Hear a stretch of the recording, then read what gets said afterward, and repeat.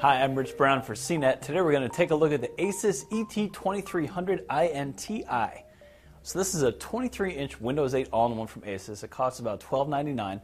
So this is a touchscreen all-in-one, like most current Windows 8 PCs. But what's probably most unique about this PC is that it has pretty much every current feature we can think of to add to a system like this.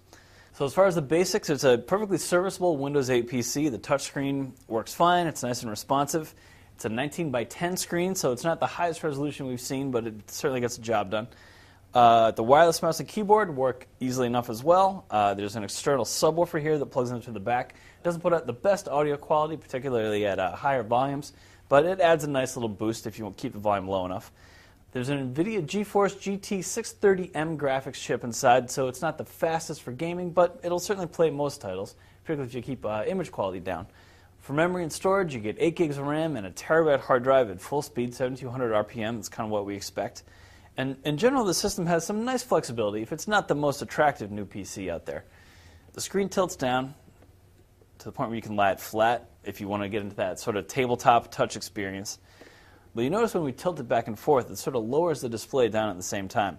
Now, I'd certainly much rather have the ability to lay it down flat than not at all, but it would be nice to have a little bit more independent range of motion in terms of going front to back and up and down. Now, what's probably most interesting about this PC, though, is that Asus has included both Thunderbolt ports as well as Intel's WiDi wireless display technology. Now, those features are interesting in that you don't really see them in a lot of current mainstream all-in-ones. In a PC like this, it's targeted at mainstream consumers and not really professionals who might want to connect a fast data array or some other sort of higher-level peripheral that takes advantage of the Thunderbolt port.